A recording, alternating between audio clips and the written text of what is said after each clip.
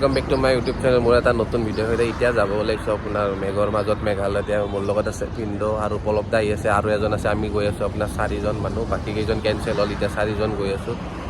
পিছফালৰ পৰা এতিয়া আছোঁ আমি ৰাণী গেটত ইয়াৰে পৰা আমি গৈ থাকি পিনে আৰু যে তেল চেল ভৰাব আছে তেল চেল ভৰাই লওঁ মই বাৰু তেল ফুল টেংকি ভৰাই লৈছোঁ বাকী গৈ আছোঁ এতিয়া আছোঁ আমি ধাৰাপুৰত তেল দিছোঁ এইটো পলব্দা তেল ভৰাই আছে মোৰ টেংকি পূৰা ফুল এতিয়া মেঘালয়ত ফুৰিব অহা হয় বা ইফালে অহা হয় এই গণেশ মন্দিৰত সেৱা এপাক লৈ যোৱা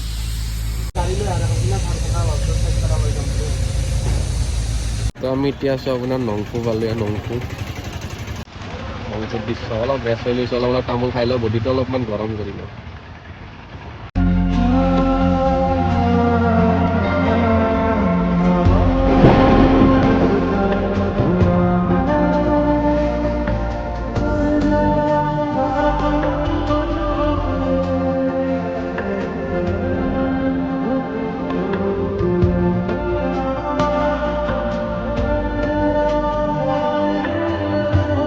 এতিয়া আপোনাৰ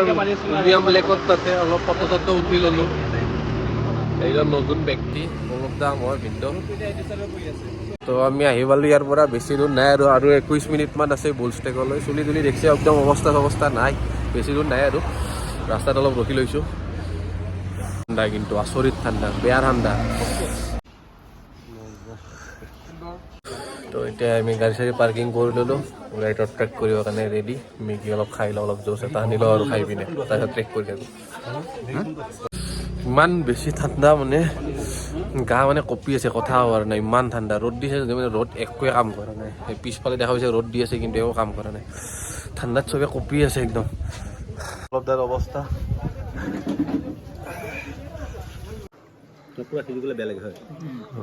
তো আমাৰ ট্ৰেক আৰম্ভ হৈ গ'ল পলব্দাই পূৰা লাঠি চাঠি কিনি লৈছে আমি লাঠি চাঠি লোৱা নাই ডাইৰেক্ট নিজৰ দমত খোজকাঢ়ি যাই থাকিম বহুত ঠাণ্ডা আছে এইবাৰ ট্ৰিপটোত সেই নাই কণ নাই ৰফিক দা নাই ইয়াত দুটা থাকিলে ভাল লাগিল হয় ইয়াত দুটাক মিছ কৰি আছোঁ তো অলমষ্ট পালোৱে আহি আপোনালোকে দেখা পাইছে বুলষ্টেকৰ ভিউটো ইমান বেছি কষ্ট হোৱা নাই আহোঁতে চাওঁ যাওঁতে কষ্ট হয় নেকি বেছি নাই আৰু অলপ আছে আৰু কষ্ট আছে নোহোৱা নহয় কিন্তু ঠিক ঠাক আৰু পাৰি যায় অলপ বয়সস্থ মানুহৰ কাৰণে প্ৰব্লেম হ'ব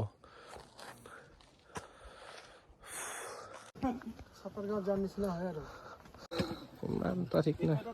তো ফাইনেলি আহি পালোঁ আৰু অলপ আছে আৰু জাষ্ট পালোঁ এতিয়া চাওঁ ছুইজাৰলেণ্ডৰ ফিল্ডটো দিব পাৰে নে নোৱাৰে ইয়াত টিকেট লৈ আছে আপোনাৰ পাৰ পাৰ্চন 100K যদি অনলাইন পে' কৰে 75 25 টকা এটা ডিছকাউণ্ট দি আছে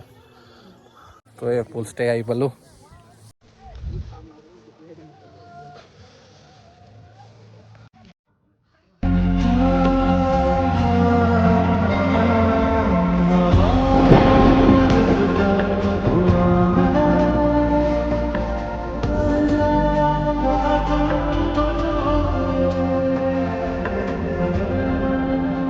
বুলষ্টেকৰ পৰা এতিয়া ওলালোঁ কিন্তু এইবাৰে আমাৰ ফাটিব পাহাৰ বগাই যাওঁতে